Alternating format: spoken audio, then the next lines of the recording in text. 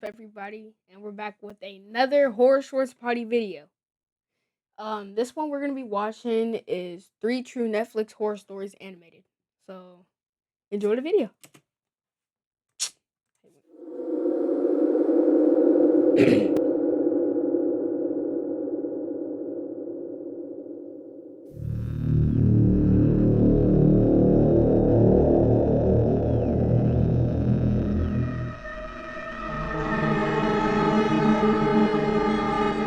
Here are 3 disturbing Netflix stories that are just downright terrifying. After watching these, some of you may have doubts if someone ever invited you over for a Netflix and chill outing. Anyways, here's what the stories looked like.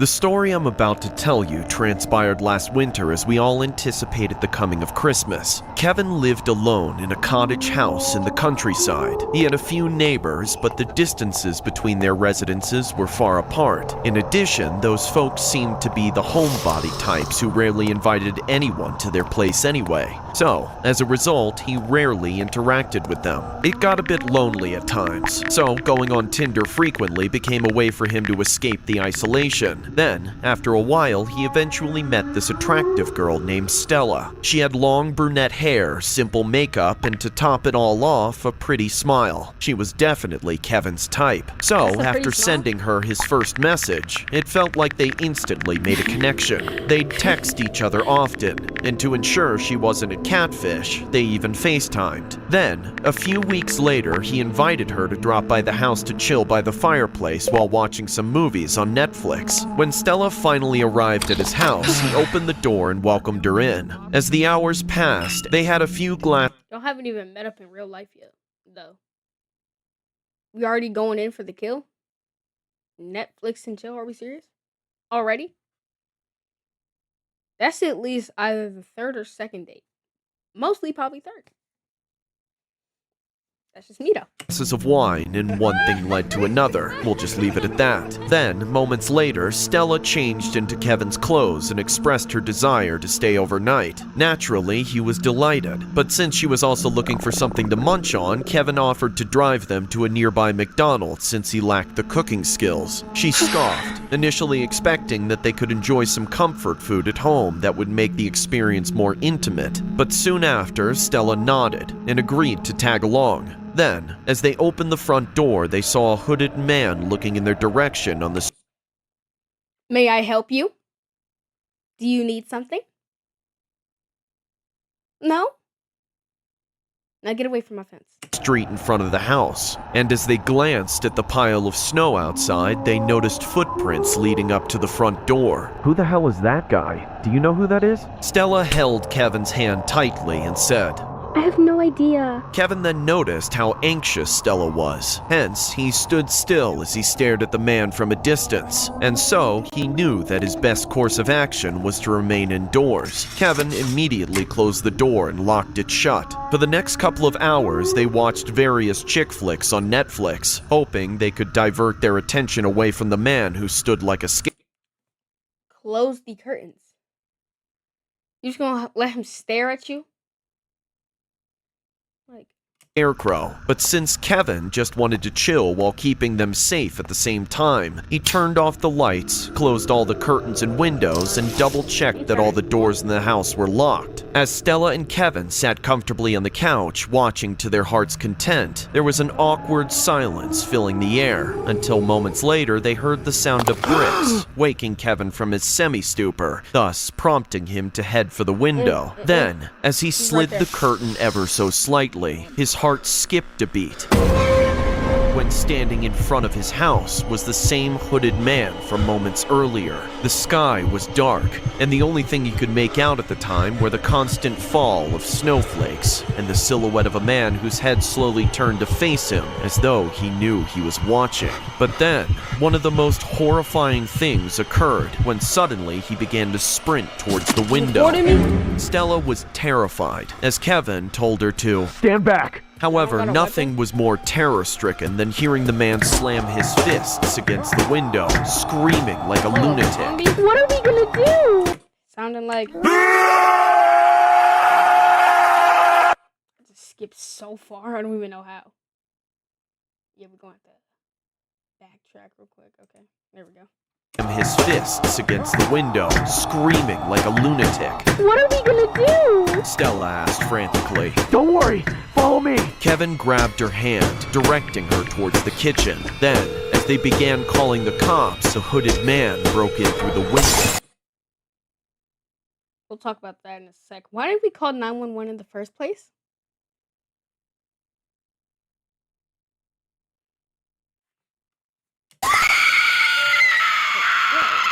Stella ran upstairs while Kevin hid underneath the table in the kitchen. He kept himself silent, controlling his breathing to avoid drawing attention to himself. However, as the footsteps became louder, giving him the notion that he was close by,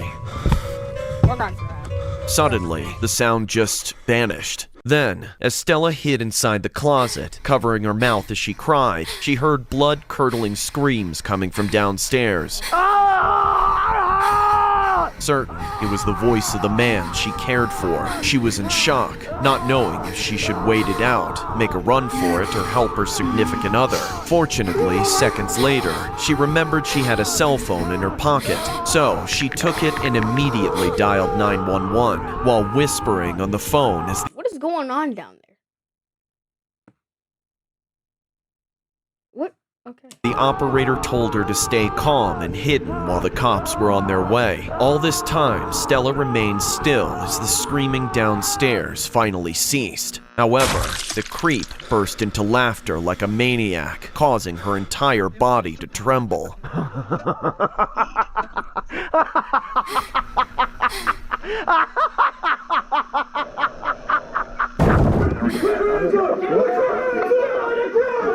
Moments later, the cops finally arrived, bearing witness to the horrors left behind by the culprit. Eventually, Kevin's body was found lifeless on the ground in the kitchen, soaked in a puddle of his own blood. Stella wailed in agony, her knees dropping to the ground. After careful observation, they reckon the creep escaped through the kitchen window, tracking him down by following the footsteps on the snow, leading them to the nearby woods. It was difficult to see the path clearly due to all the snow, but as one of them checked behind the bushes, the killer was seen crouching, with his hands drawn up as the police apprehended him. Later on, he was brought to the police station to be interrogated, and when he was asked about his intentions, he said, She told me we'd keep in touch. She promised we'd always stay connected. So, who was that guy?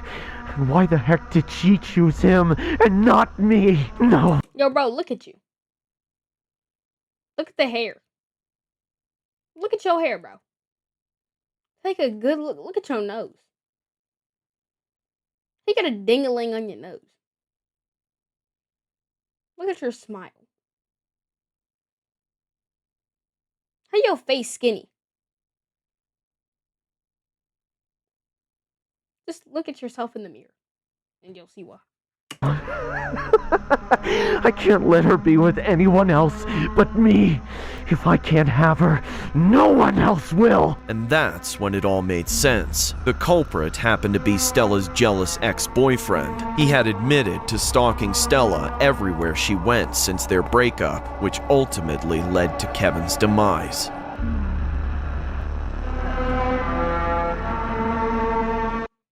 Since you're already playing games anyway, why not earn some free rewards while you're at it? All you need to do is download Buff, let it run in the background as you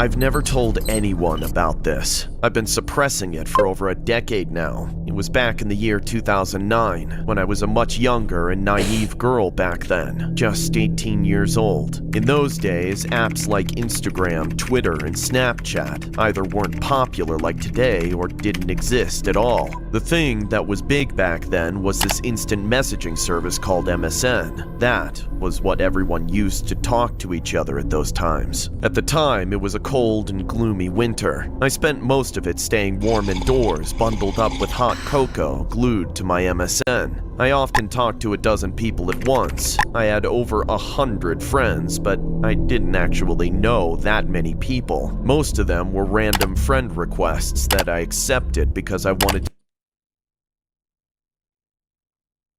let's talk for a second. All right, so first we got him. Excellent choice. That's okay. That's okay. This man's a pedophile. This man's a stalker.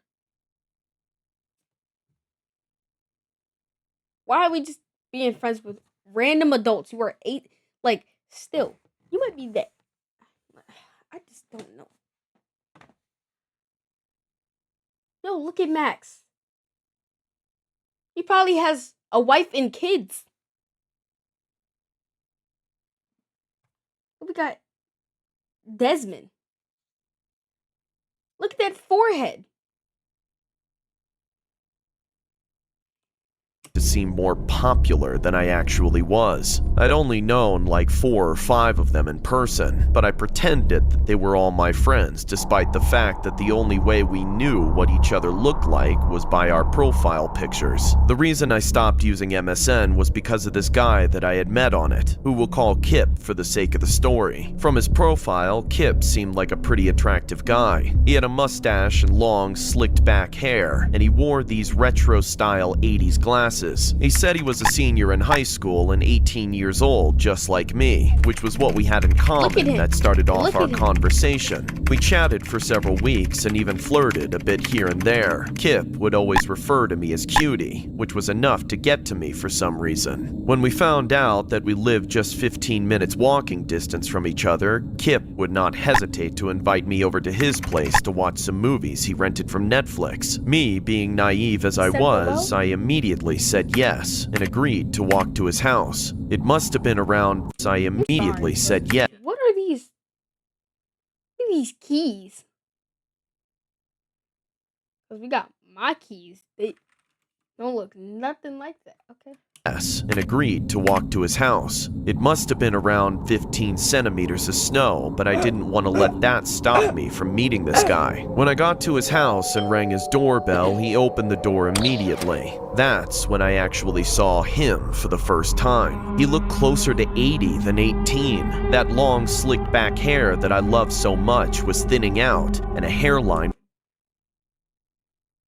Bro, look at his neck. He has hair on his neck. Yo. Look at that smile. Worse than Miami Heat LeBron, with a wispy comb over and the crappiest brunette hair dye I have ever seen. He looked sorta like his profile picture, but he was way older and frailer than I ever could have expected. I immediately got the creeps and could only stand there in astonishment. Go home. Go home. Kick him in the balls and go home. Well, what are you waiting for out in the cold, cutie? Come on inside. Okay. I hesitated, but I was so cold and so worried about being rude that I went in despite my better judgment. As soon as I stepped in, I could hear Kip immediately close the door behind me. He then went in for a hug, and How are you taller than him as well? It's not like a bad thing. I just wanted, I guess. instinctively pushed him away, but then Kip started pouting. Oh, are you the shy type in real life? Sorry, I'm just not a hugger. Well, that's alright. We've got all night, cutie. Go ahead and take a seat. I'll get the Netflix going. My coat was covered in sleet, but I didn't feel comfortable enough to take it off. I sat down on the couch and hoped he wouldn't care. Back then,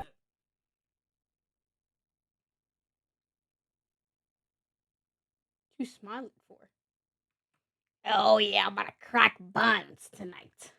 Netflix was still mailing DVDs, and I noticed the only movie he had was a cheesy rom-com that was already 3 years old. He played the disc and then sat on the couch right next to me. My body tensed up, and I was waiting to scream. I'm sorry, I keep pausing it, but like, he's not even looking at the TV. He just, hey. The moment he tried to put his arm around me, but he didn't. Brr, It's so cold in here, isn't it? Good thing I made hot cocoa. That's when I noticed 2 mugs sitting on the coffee table. He leaned He spiked yours. He spiked yours. Let me guess, he swapped. over and reached for one, but then he hesitated for a moment and grabbed the other one. He took a sip, slurping really loud while looking me dead in the eyes with a haunting expression. I made some for you too, cutie. I know how much you like your hot chocolate. My name is Anna. Oh, you're just the cutest, Anna. I know. Don't you want some to warm you up after that long walk in the cold? No thanks. Actually, I really need to use the washroom before I can drink anything. Let me show you where it is. Kip jumped up and led me down the hall. I raced in like I couldn't wait, but when I tried to close the door, he stopped it by sticking his hand out. Excuse me, I'm trying to close the door. Leave it open! I want to watch you use my bathroom, cutie! How about you give me some privacy? That's when he He wants to what? stopped it by sticking his hand out. Excuse me, I'm trying to close the door. Leave it open! I want to watch you use my bathroom, cutie! How about you give me some privacy? That's when he started violently banging his head on the door, causing me to retreat next to the toilet. And that's when he said, "How about I watch you make room for the hot cocoa I made you? I made it specifically for you, since I knew you were coming over. Why don't you just let me see you piss so you can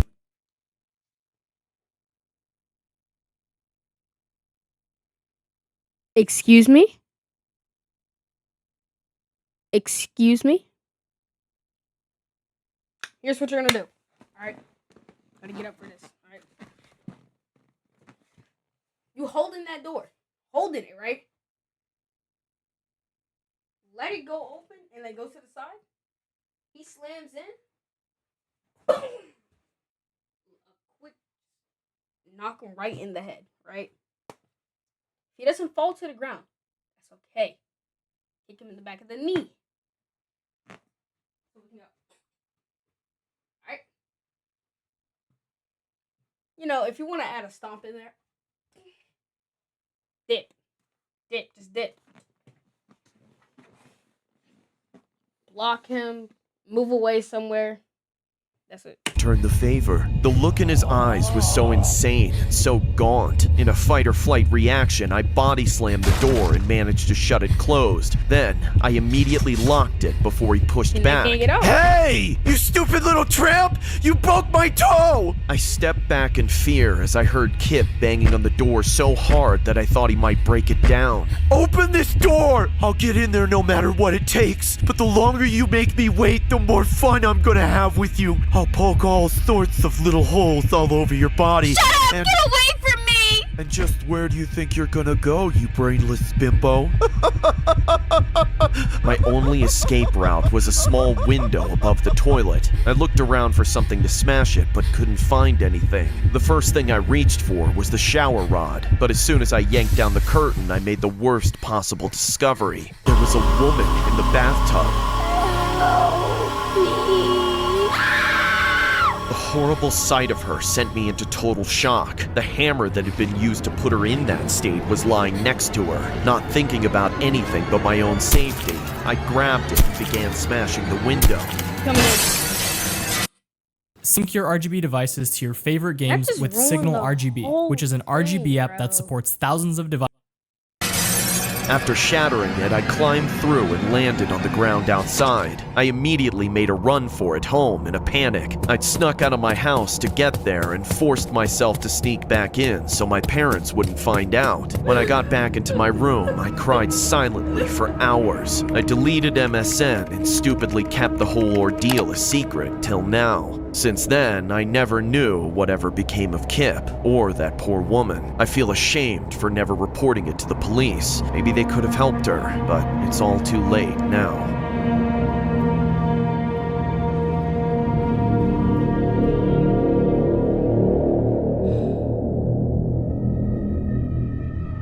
I'm a big gal, so I have my I'm a big gal. First of all, you have a whole inventory in your belly button. Next, look at your toes. I would have expected you to have either big or fat feet.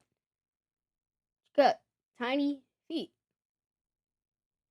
Look how many neck rolls you got. Look how your stomach just sits on the bed with you.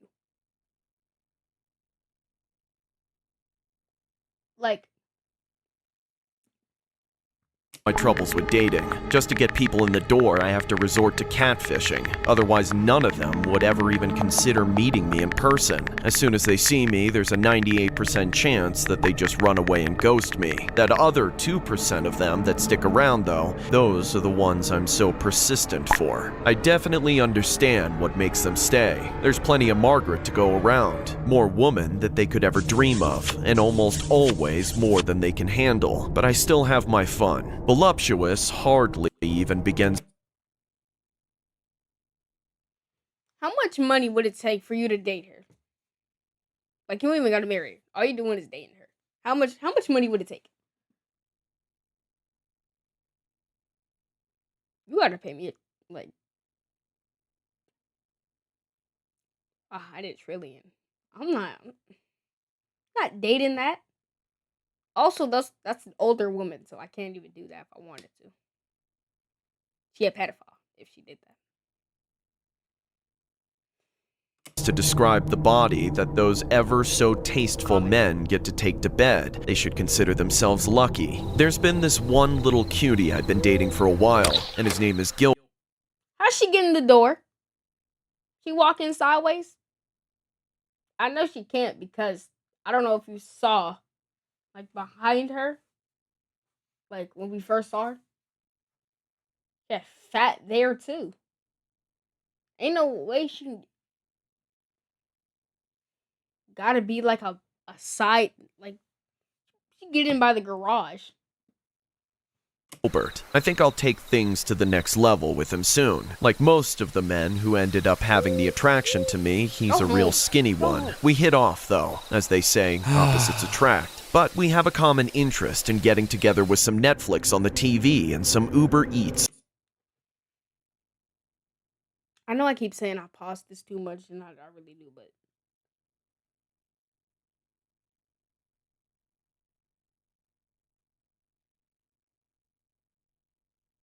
I don't know. How is the fat from your legs sitting on him? And why are you taking up this much space?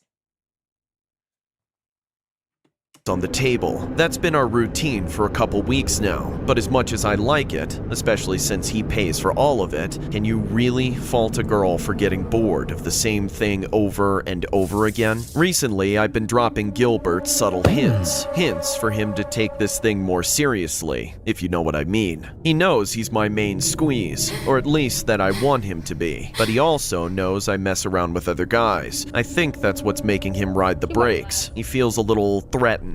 I like it that way, though. I like to put a man's manhood into question. They do all sorts of crazy stuff when you do that, and it's been an interesting ride with Gilbert the whole way. We started things out by putting on horror movies so we could cuddle and spoon on the couch, but of course that didn't work for long, because Gilbert kept complaining that he couldn't see the TV. I didn't like him saying that, even though he didn't mean to make me feel bad, but he did have to go and remind me that I basically take up the whole couch. So I offered a sly little solution. I sit up on the couch and he sits in my lap. Another way was me laying on my side while Gilbert sat right on top of me, like how Humpty Dumpty sat on the wall. Obviously, he agreed right away, and I could tell how much he loved it. When I saw that, it made me so happy. I go through a lot of boyfriends because it's hard for me to get one to stick around, but when I see a man succumb to my ways and means like that, I know I'll get to keep them. Still, Gilbert was a man after all, so it was only a matter of time before that position started to make him feel emasculated. That's when I knew we were ready to take things to the next level. Hey, Meg? Yes, Gilbert, baby. I know you like being on the bottom, but what do you think about me being on the bottom? Oh, but I'm too big to be on top.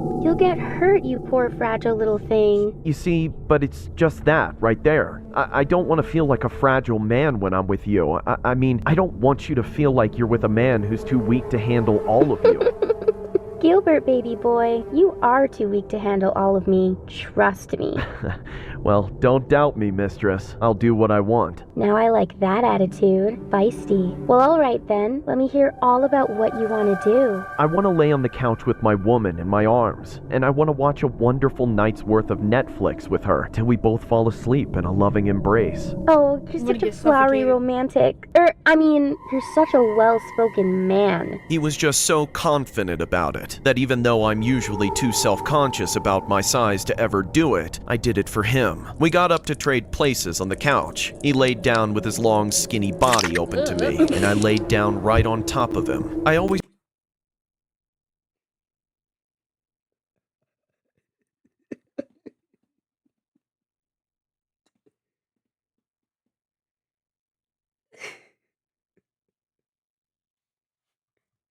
I gotta play a sound now, cause look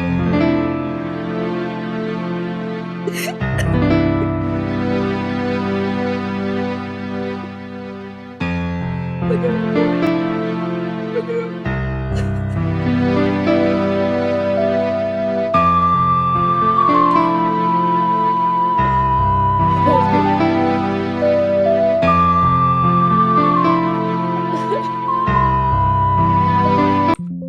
Okay, we're good. forget what it feels like to have a man try to grab as much of me as possible at once. Gilbert was totally disappeared underneath me, completely surrounded by my curves and essence. He immediately started moaning super loud and squirming with pleasure. The little twig was actually making it hard to relax. Stop! Stop! Gilbert! You're tickling me! Stop it! I'm trying to watch the TV! Gilbert, shut up! You're talking over the best part of the movie. After the initial rush of excitement washed over, Gilbert calmed down a little bit. See, isn't it nice to settle in? Oh, this man Now we died. can just Netflix and chill, you know? We can unwind and decompress, and all you had to do was simmer down. Of course, it's flattering to know that I can get you so excited, but come on, dear. A real man should be able to get a hold of himself. He became very submissive after a few minutes. I guess me grilling him like I was his mother might have put a damper on his masculinity, but whatever. Unfortunately, after a few minutes, I started to miss Gilbert's banter. He wasn't even trying to say anything anymore. I got bored of the horror movie eventually, so to try to put some energy back into things, I played one of my favorite stand-up comedians. He always gets me busting a gut right away. Busting a gut. Don't you think he's just hilarious, Gil? What a riot! Gilbert, why aren't you saying anything? Gilbert? Gilbert! Oh well, Margaret, it's not your fault. It's just how it goes. That was the end of my little fling with Gilbert, I guess. He was fun while he lasted, but his time to go had come. So I got up from the couch and took him to the closet where the rest of them go when I'm done with them. Jeez. Gotta do it again.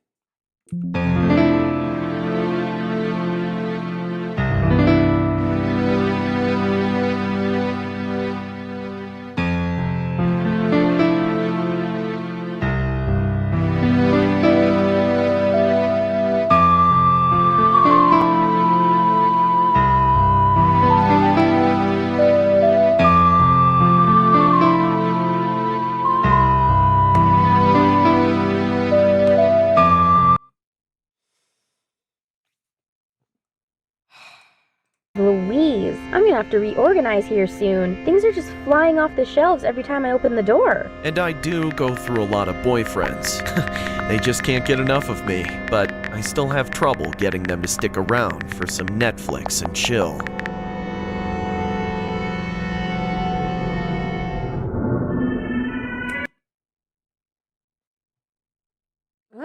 What is that? Okay, wait, Loki.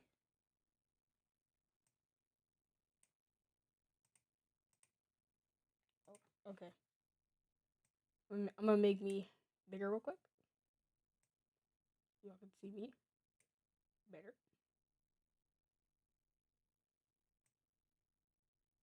All right. I hope y'all enjoyed the video. That was very weird. Like, a lot. But it's okay. Well, it's not okay. So, did you learn anything? I want you to answer me. Like in real life. Yeah. Did you learn? You did? Alright. Well, hope y'all enjoyed the video. And I'll see y'all next time. Peace.